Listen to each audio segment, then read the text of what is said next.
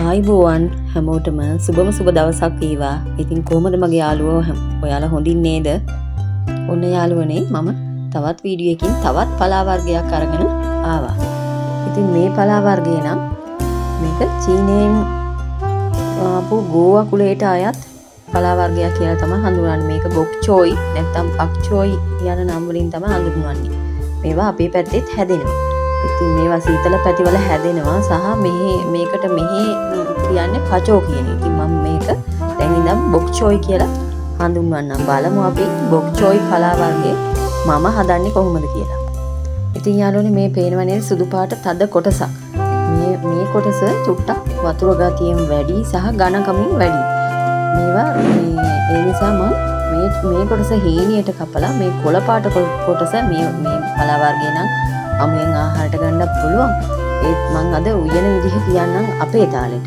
මම මේ ටික හීනියට කපා ගත්තා. සුදු පාට කොටස මේ කොළ පාට කොළ ටික ලොකුවට කපා ගත්තා. දැන් බලමු මේක උයන විදිහ. මට මේකට බිත්තර ටිකක් කවුමරිස් කරවල් සුදු උණු බීලුණු වගේ දේවල් ඕන වෙනවා. තව මම එකතු කරගත්තා කෑලි මිරිස් චුට්ටක්, ඔම්මල කඩ ටිකක් වගේ දේවල් එකතු කරගත්තා. දැන් බලමු අපි මේ ටික මේ මැල්ලුම මම හදන්නේ කොහොමද කියලා. මුලින්ම රත් වුණු තෙල් ටිකකට අපි අබ ටිකක් එකතු කරමු. මැල්ලුමට අබ නම් එකතු කරන්නේ නැහැ. ඒත් මම වෙනසකට අබ ටිකක් එකතු කරලා මේකට අර කපලා තියාගෙන ඉන්න සුදු ලුණු, බීලුණු, අවමිරිස් එකතු කරගමු. මේ ටික පැදෙනකොට යාළුවනේ අපි අර ඔම්මල කඩ ටිකයි කෑලි මිරිස් ටිකයි එකතු කරගමු. කෑලි මිරිස් කුඩු වෙනකොට තරන් මිරිස් උනත් කඩලා අපිට එකතු කරගන්න පුළුවන්.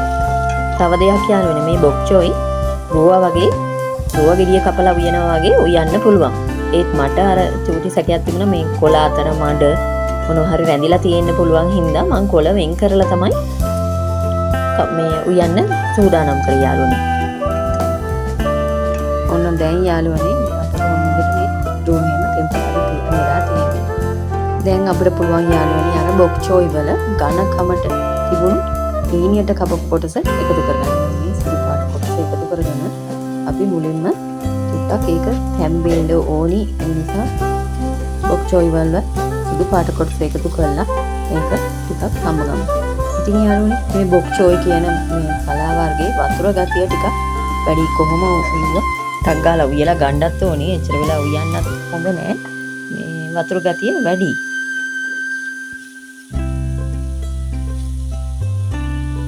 ඉතින් යාළුවනේ ඔන්න මේක ටිකක් තැම්බිලා තියෙන්නේ. මෙන්න මේ වෙලාවේදී මම මේ බොක් චෝයි වලට බිත්තර දෙකක් එකතු කරනවා. එකතු කරලා හොඳට කවලම් කරලා ඒ දෙකත් උයා ගන්නවා. ඉතින් මේ බිත්තර දෙකටම රස අනුව ගම්මිරිස් කුඩු ටිකකුයි මේ ලුණු කුඩු ටිකකුයි මේ වෙලාවේදී මම එකතු කරනවා. අපිට පුළුවන් යාළුවනේ මේ බිත්තර දෙක මිනිම බදලත් එකතු කරන්න. ඒත් මම මේ විදිහට අද එකතු කරනවා. ඉතින් යාළුවනේ මේ බොක් චෝයි නැත්තම් පක් චෝයි කියන මේ පලා වර්ගය මිලෙන් නම් ටිකක් ඉතා ඉහළයි. ඒ වුණාට මේ ගුණ ඇති කියලා මම හිතනවා. මේ කොහොම ඉව්වත් ඒක වතුර ගතියක් තියෙනවා. කොහොම වුණත් පලා වර්ගයක් නේ යාළුවනේ. දන්නවනේ පලා වර්ග නම් මම අතාරින්නෙම නෑ.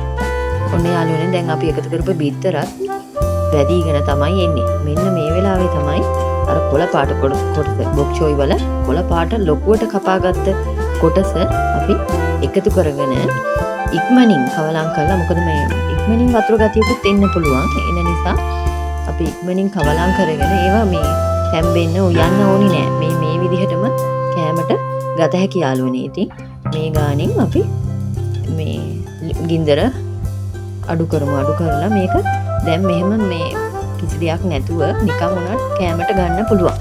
අපි දැන් මේ උයපු රත් වෙච්ච භාජනෙන් මේක එළියට මේ පිඟානකට බෙදා ගමු. නැත්නම් ඒ වෙලාවේ මේ ටික වතුර වෙලා නිකන් තැම්බිලා වගේ වෙනවා. මෙන්න මේ විදිහට තමයි ලස්සනට මේ විදිහට උයාගත්තාම ඊටාම රසවත් යාළුවනේ. ඔයාලත් මේ විදිහට උයලා බලන්නකෝ. ඉතින් මගේ වීඩියෝ එක හොඳයි නම් මාත් එක්කම රැඳිලා ඉඳලා ලයික් එකකුත් දාගෙන යමු යාළුවනේ. සුබ දවසක්.